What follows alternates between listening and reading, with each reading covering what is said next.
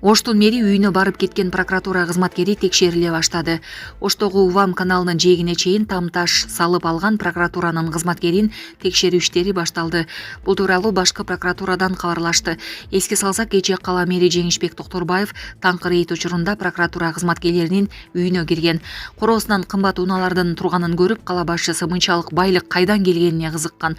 Ошондой эле мэр каналдын жээгине чейин курулуш жүргүзгөндүгү үчүн үй ээсине эскертүү берип, суунун боюн бошотуп коюуну тапшырган. Прокуратура органдары мыйзамдуулукту таксактоо, бардык жарандардын мыйзам алдында теңдигин камсыз кылуу принциптерин бекем карманат, деди башкы прокуратура. Маалыматта ошондой эле текшерүүнүн расмий жыйынтыгы кабарланаары кошумчаланган. Булак Спутник Эжи. Хочу жить. Орусиянын кыргыз жарандарын согушка тартуусу кооптуу болуп турат. Орусиянын Кыргызстандын жарандарын согушка тартуусу кооптуу болуп турганын 5 августта Украинанын аскер туткундары боюнча маселелерди координациялоо штабынын Хочу жить мамлекеттик долбоору билдирди. Долбоордун маалыматына караганда, Орусиянын коргоо министрлиги менен келишим түзгөн кыргыз жарандарынын саны кеминде 327ге жетти. Чыныгы сан мындан да көп чыгар. Анткени тизмеге Кыргызстандын жарандары гана кирди. Орус жарандыгы бар кыргызстандыктар кирген жок, деп жазды Хочу жить. Быйыл апрель айында жарыяланган тизмеде согушка 2023-2024 жылдары тартылган жалпы кыргызстандык 360 жалданма аскер тууралуу маалымат кирген. Долбоор республиканын өзүндө орусиялык жалдоочулардын кыргызстандыктарды согушка жөнөтүп, канчалык көйгөй жаратып жатканын түшүнүп турушат.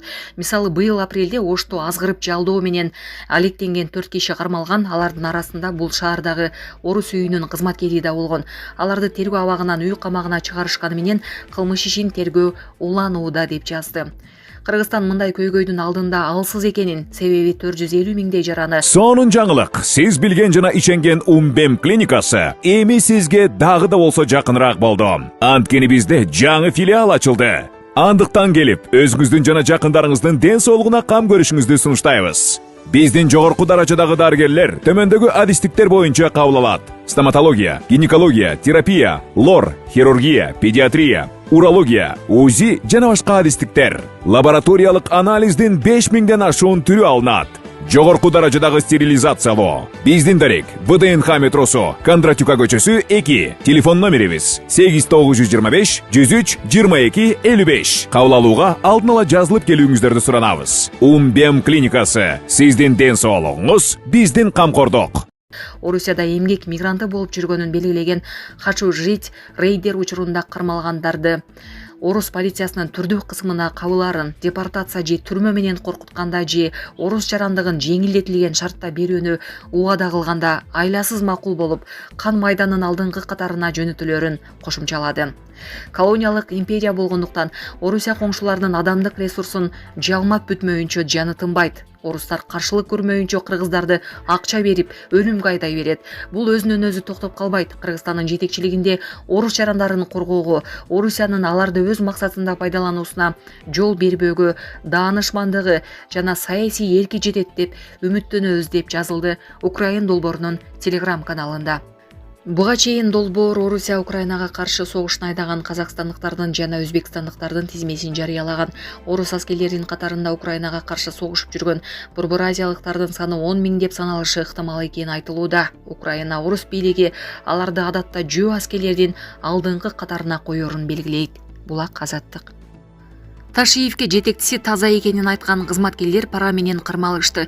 Эсептөө палатасынын түштүк бөлүмүнүн кызматкери пара алып жаткан жеринен кармалды. Бул тууралуу бүгүн УКМК кабарлады.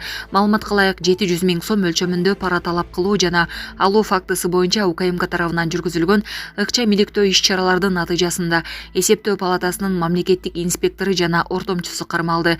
Бул факты пара талап кылуу алкагында кылмыш иши козголуп, тергөө амалдары жүрүп жатат. Эсеп палатасынын инспектору Тогуз Тору районунун жергиликтүү өз алдынча башкаруу органдарына текшерүү жүргүзүү учурунда айыл өкмөттөрдүн биринде майда каржылык мыйзам бузууларды аныктап, мыйзам бузууларды жашыруу үчүн башкы эсепчиден 700 миң сом талап кылгандыгы аныкталган деп айтылат билдирүүдө.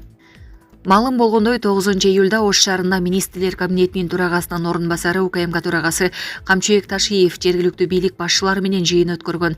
Анын жүрүшүндө Ташиев эсеп палатасынын Ош шаары, Жалал-Абад, Баткен жана Ош облустары боюнча аймактык бөлүмүнүн башчысы Азим Кожомуратовдон кол алдындагылардын коррупциялык иштерге катыштыгы бар экендиги тууралуу сураган. Ал инспекторлору таза экенин айтып, кызматтан кетүүгө даяр эместигин тастыктап жооп кайтарган. УКМК кол алдындагы кызматкери пара алып кармалгандан кийин Кожомуратов өз каалоосу менен кызматтан кетүү боюнча арыз жазганын кошумчалады.